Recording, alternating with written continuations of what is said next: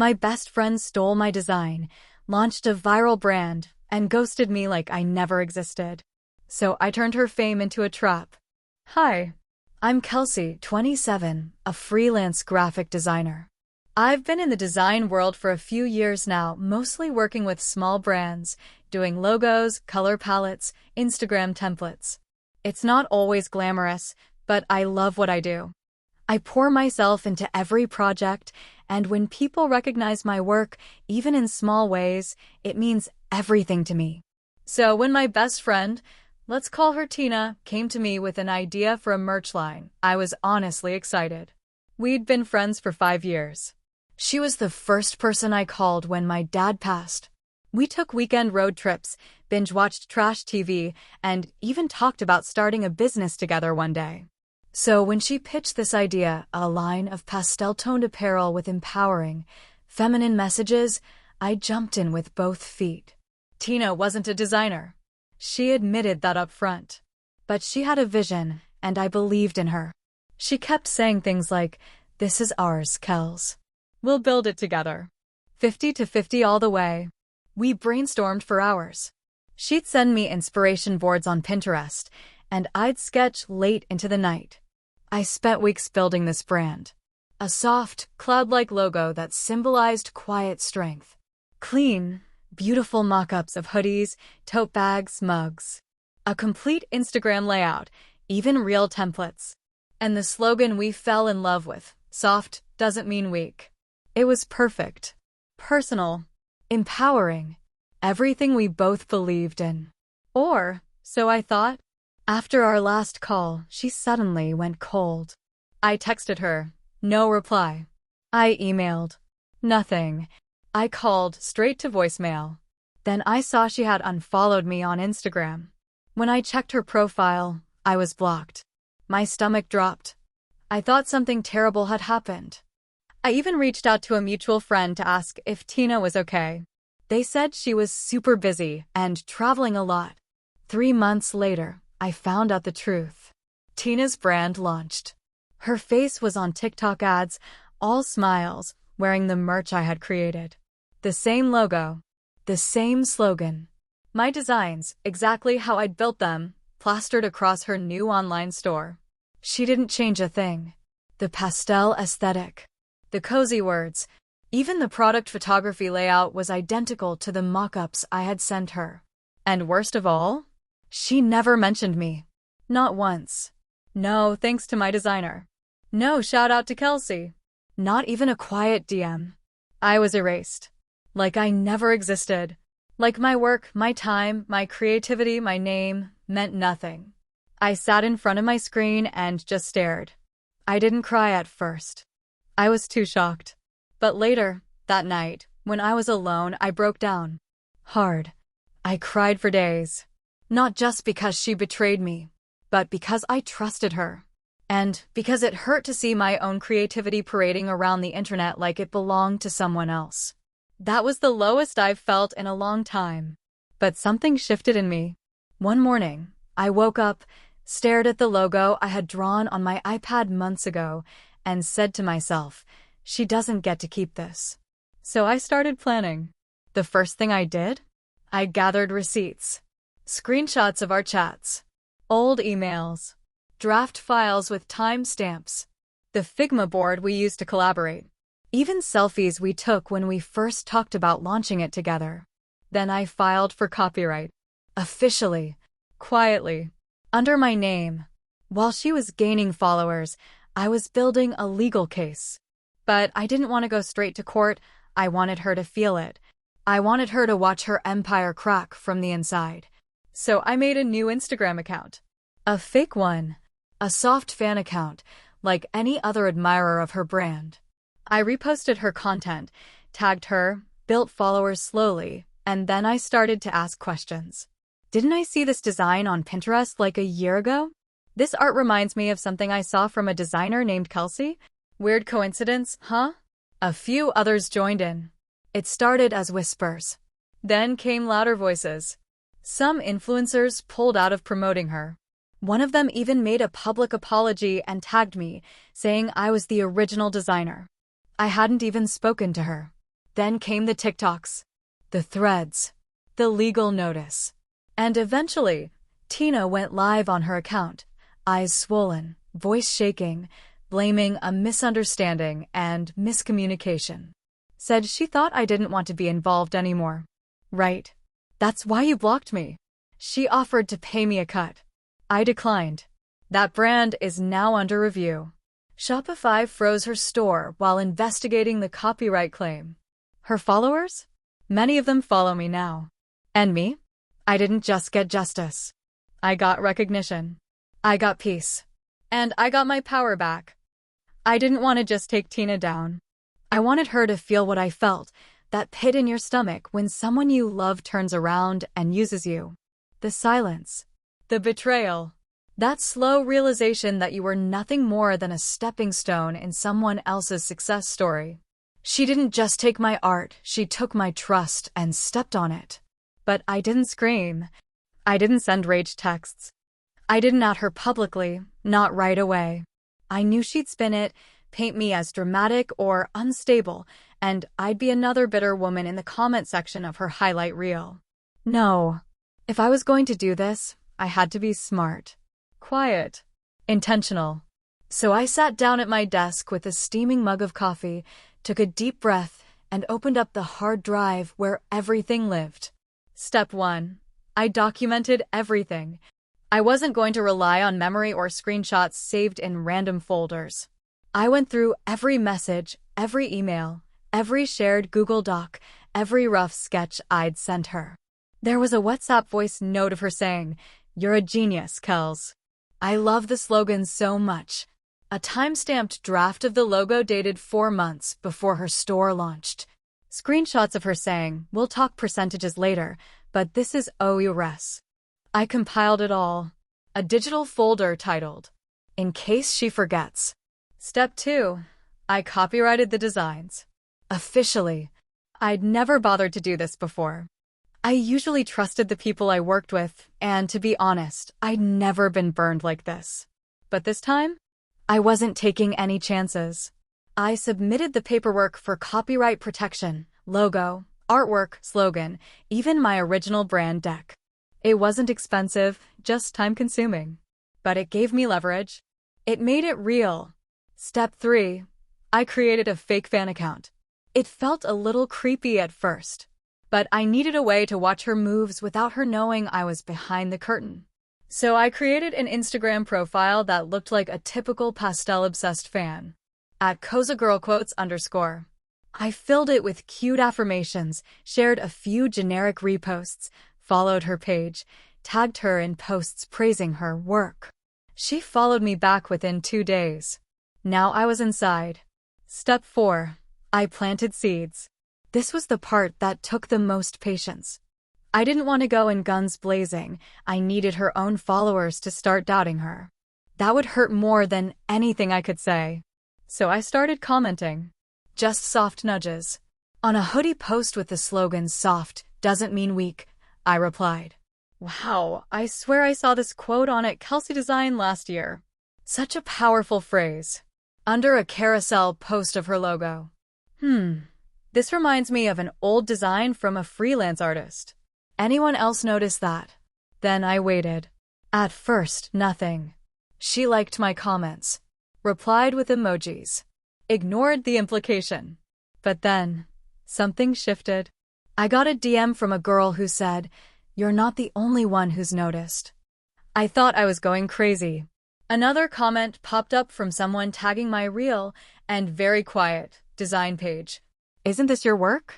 The ball was rolling. And I hadn't even pushed it hard yet. Then came the kicker. One of the influencers she worked with, a lifestyle TikToker named Lacey, had reshared Tina's merch on her page.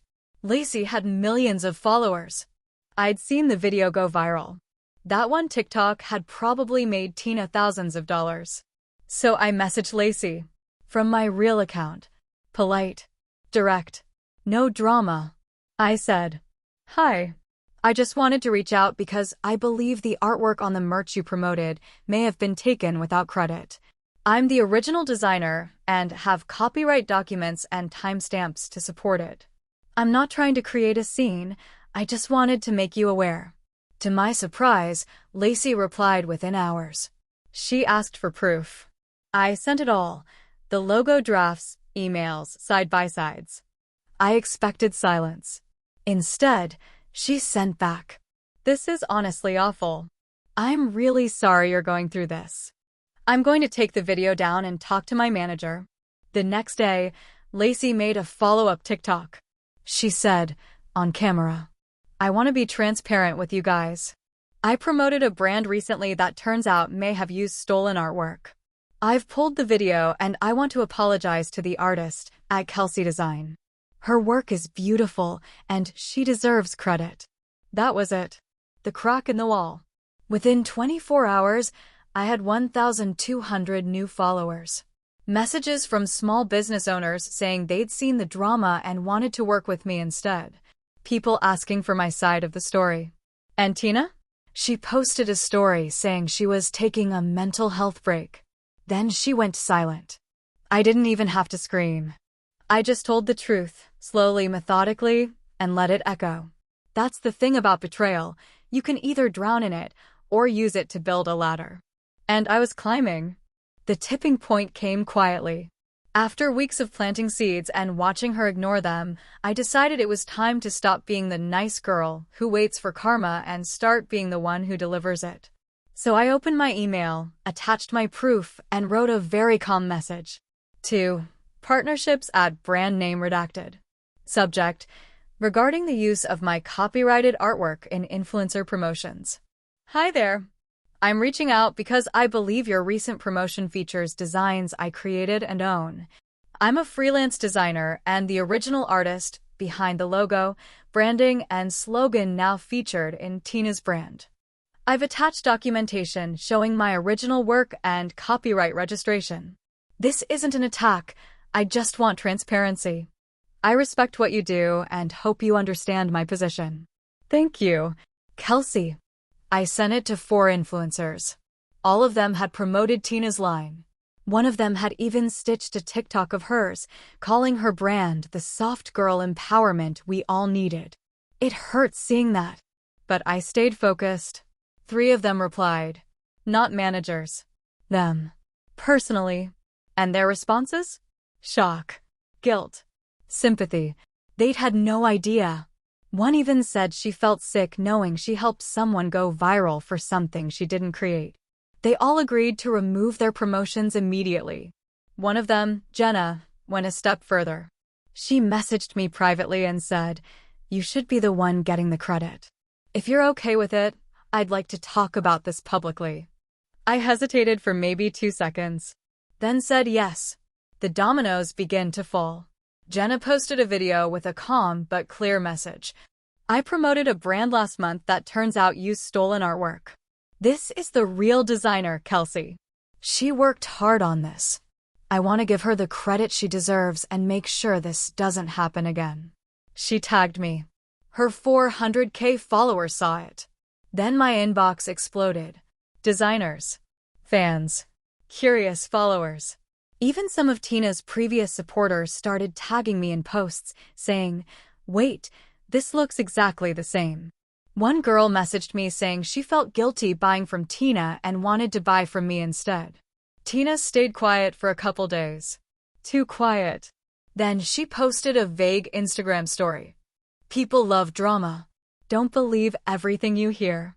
Victory hand, medium light skin tone. That pissed me off. She still thought she could control the narrative. Pretend like this was a misunderstanding. Like I was the crazy one. So I did something I never thought I'd do. I went public. On my own Instagram, my sleepy little art account, I posted a series of slides. My original logo design with the date from a year earlier. Screenshots of our texts where she says 50 to 50 and praises my slogan. A side-by-side of my product mock-up and her current hoodie. No commentary. No rants. Just facts. Caption: this is my work. I designed it. She knows it. And now, so do you. It got shared hundreds of times. Twitter picked it up next. A few design accounts with decent followings reposted it with hashtags like hashtag design theft and hashtag freelance justice. Someone posted the clip of Tina's viral TikTok next to my logo with the text, "Weird how someone else made this a year earlier thinking face." Then, the video that lit the match. A lawyer-turned-creator with over 1M followers made a breakdown video of the whole situation. Title: Can you legally steal a friend's design? Here's what happens when you try. She went through my copyright filing, the timestamps, my cease and desist. She even called out Tina by name, well, her brand name, but still. And Tina? She cracked.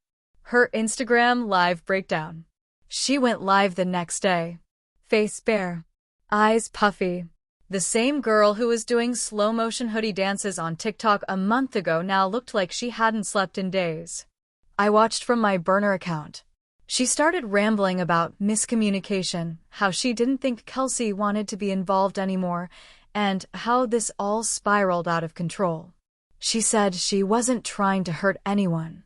Then she cried. On camera. I'll be honest, it didn't make me feel good.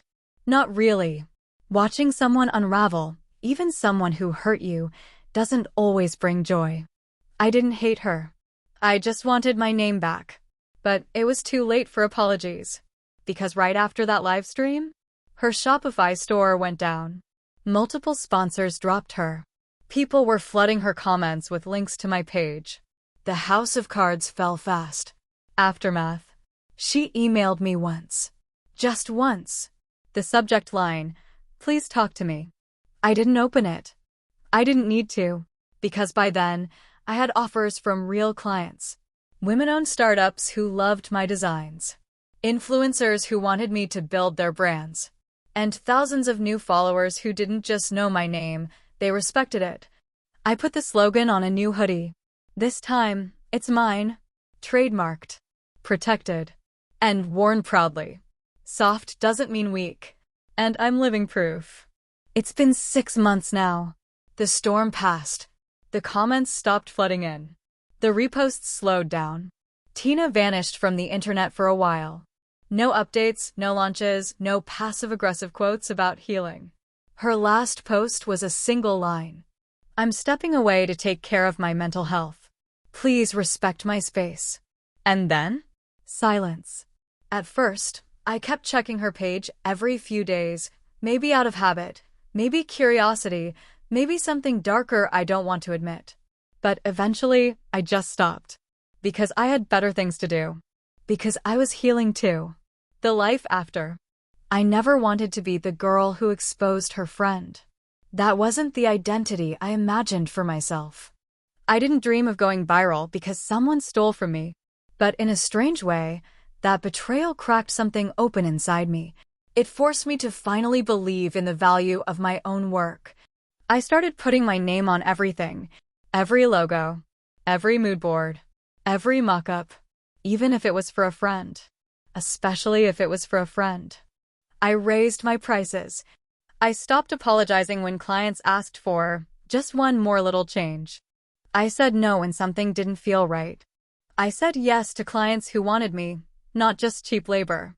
I'm not just designing anymore. I'm building something. And the best part? That slogan, "Soft doesn't mean weak," has taken on a whole new meaning. I thought it was for other women.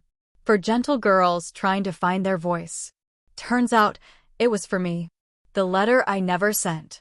I actually wrote her a message one night. Not to send, but just to get it out. It said, "You didn't break me. You tried. You tried to take my voice, my art, my name. But you taught me to protect it. You taught me to honor my boundaries. I used to think softness meant staying quiet. Now I know it means knowing my power and choosing where to place it. So no, I don't hate you. I just don't need you anymore." I never sent it. But writing it felt like closing a door. A small moment that meant everything. Last week, I was at a small pop-up market. My booth was near the coffee cart. A girl maybe 19 or 20 walked past, wearing a hoodie with my design on it. My design. My logo. My slogan. She didn't know me. She just liked what it stood for. I watched her laugh with her friend, sip her iced chai, and disappear into the crowd. And for the first time in this entire mess, I felt tears, but not from pain. From pride. Not because someone else said I was good enough, but because I finally knew it myself. Soft doesn't mean weak. It means enduring. It means rebuilding. It means knowing who you are and never letting anyone steal it again. I'm Kelsey, and this is where I begin. Thank you so much for listening to my story. Your support means everything. If this story touched you or made you think, please subscribe to our channel for more real, powerful stories.